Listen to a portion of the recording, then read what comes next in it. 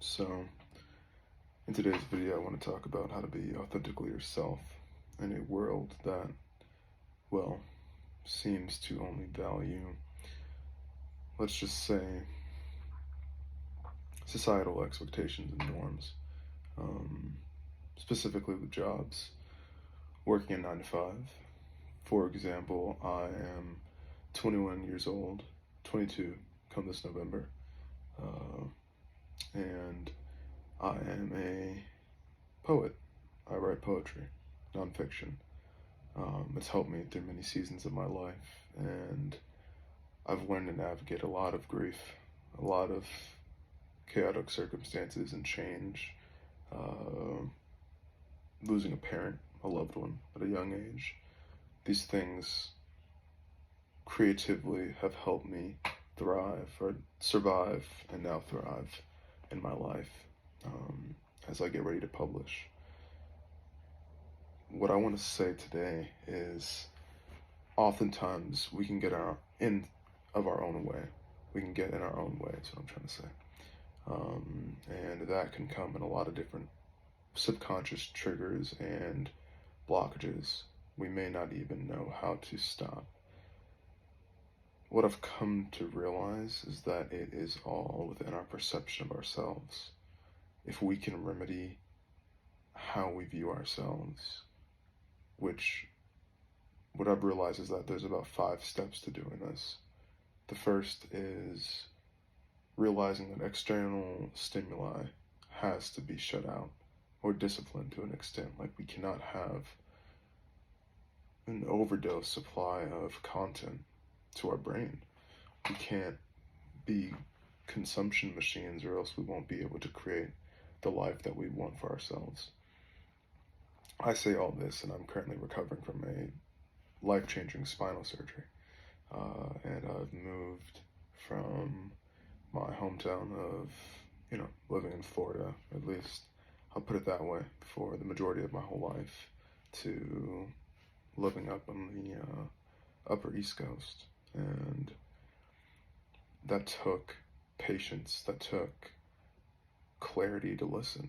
My body was in panic and it told me to leave. I'm going to try to stay on track here, but I'm relaying this to my own personal experience in life. Also understanding that for step 2, for example, I guess, you don't know what somebody else is going through, so carry the same amount of compassion that you have for yourself to somebody else. Whenever I've found myself in a really shit situation, mentally, emotionally, physically stressed, overworked, working 2 jobs, working ballet and working at Universal Studios at the same time, damn near killing myself to make ends meet, I'd sit down often, I'd have a conversation with a stranger, and I'd say to them, there's this one woman at my valet job. I used to work at the Marriott, right next to the airport, and I was having a panic attack. I was having an anxiety-induced episode, actually, that led to a panic attack, and the ambulance was called. But before all that transpired, I spoke to this woman. She was from the islands, and my family's West Indian. They're Guyanese, and so Caribbean-based, and I recognized her accent. And I talked to her, and I asked her, what do you do when the world seems like it's too much, or like, what do you have in your experience? And she talked to me about a good friend of hers, a female friend that was in the police force back in Jamaica, and the purpose that they have in what they do. And if you have purpose in what you do, then it is fulfilling, and you don't feel like it's something that you're doing just for yourself. So the second step, I'd say, is have purpose that's outside of yourself. It cannot just be about you. It has to be about somebody else. Something else that I will say is taking time for yourself, being ruthless about it. It's something that I've learned recently that serves me. It really does. Learning to just be with yourself in your own space and accepting that it's enough where you're at.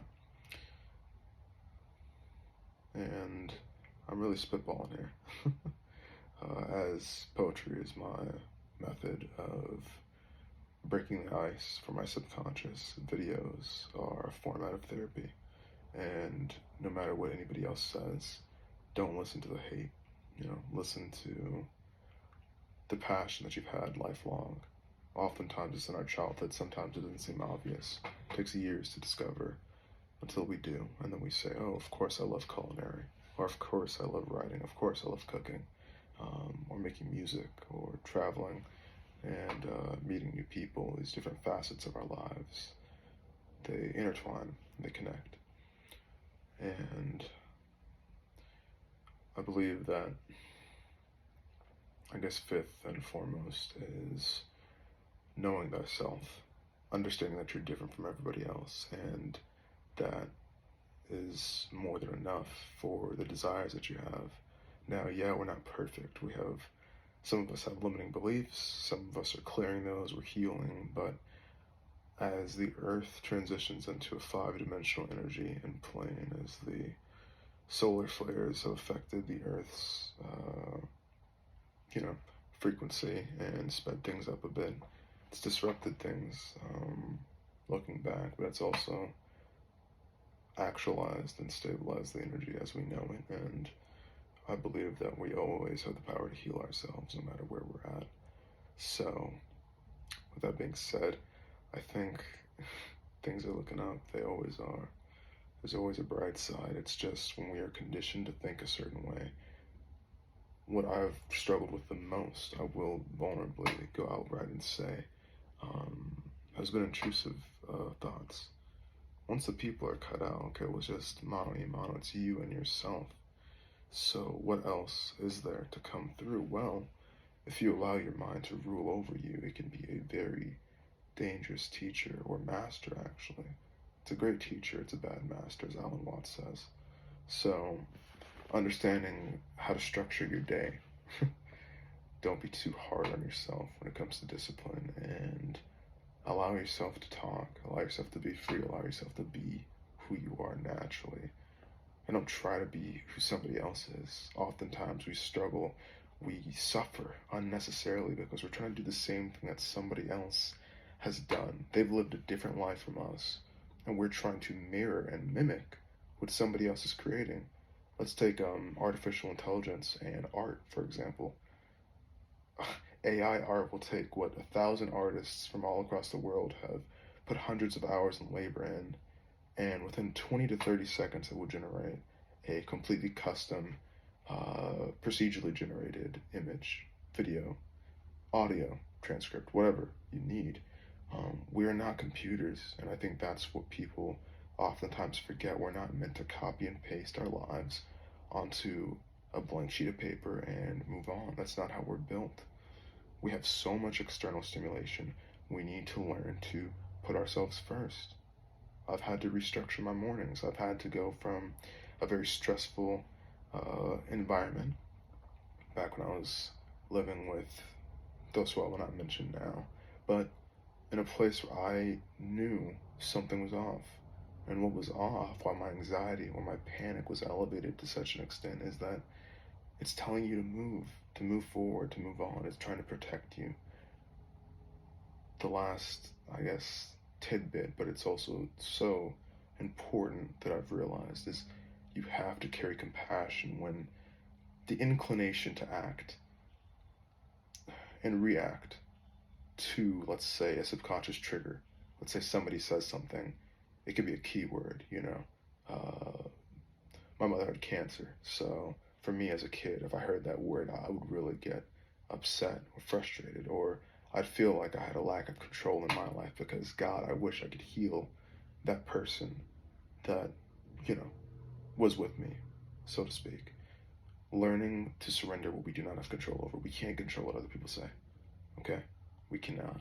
You have your own innate energy. You are powerful beyond measure. I know this through experience, trials and tribulation, a lot. A lot more than meets the eye. Most people don't know my story. Most people assume that I'm older, or they assume whatever they need to, okay?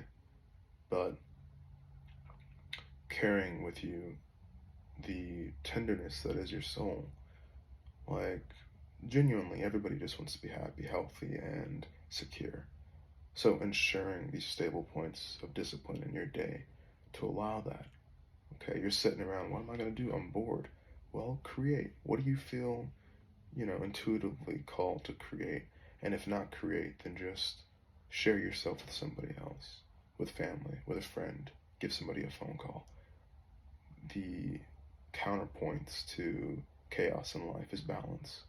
And oftentimes the chaos is very temporary and it's perception based. So if we switch our perception, if we go outside for a walk, if we see somebody laughing or a kid on a swing in a playset with their parent or their parents or their sibling, immediately the stressor that we have in the receptor of the brain switches to the appreciation of the present moment. We must step into the present.